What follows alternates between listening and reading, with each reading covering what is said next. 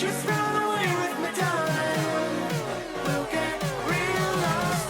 We'll get real lost again.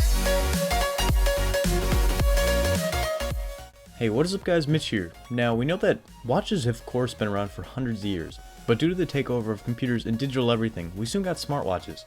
Today though, the Apple Watch is probably the only smartwatch that anyone who isn't in tech would be able to name. So did smartwatches die before they even really began? Pebble, the company that released the first big name smartwatch back in 2013, released the first watch that was known outside of the tech community, but recently closed their doors as an independent company and were taken over by Fitbit. Motorola's Moto 360 was fantastic, but again, has sort of disappeared due to low sales numbers. The original Moto 360 felt like the future, back when Android Wear was first released. The design was similar to an analog watch, but still had the advantages of notifications on your wrist. Android Wear started to come out in the summer of 2014, and offered a lot of awesome features that normal people could take advantage of.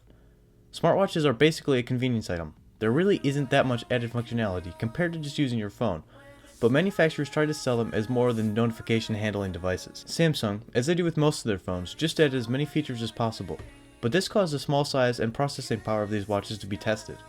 Doing too many things at once just wasn't really possible. Then we got the Apple Watch, actually pretty near to the time that most companies were releasing the second generation of their watches. This was the first new product line for Apple in years, since the release of the iPad, and of course it sold very well, as any Apple product does, easily becoming the most sold smartwatch and still holding nearly 75% of the market share for wearables. I actually bought an Apple Watch when I switched back to the iPhone last September and I've enjoyed it, but realistically not everyone wants or needs one. The fitness aspect of the Apple Watch is great and you're able to share your workouts with others, but people that want a dedicated fitness tracker are usually buying either Fitbit or Garmin at this point. I don't really need anything more than the Apple Watch offers, but it's not as full features as the others. The notifications are also nice right on your wrist, but again, not really necessary. There are other apps available and they try to sell themselves as useful, but again, they're not really necessary. Some are convenient like Uber and Google Maps, but the vast majority are again, not necessary. Nice to have, but for the average person, there really isn't too much of a need for a smartwatch. The Apple Watch doesn't even really look that nice compared to other smartwatches and especially classic watches. So again, not really necessary if you're looking for a style piece with some added features.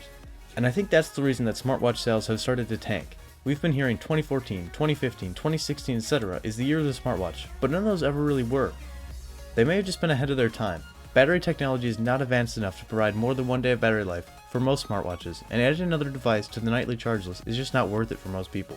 At night, we have to charge a computer, a phone, headphones, and possibly a tablet, so adding another device just makes it kinda ridiculous.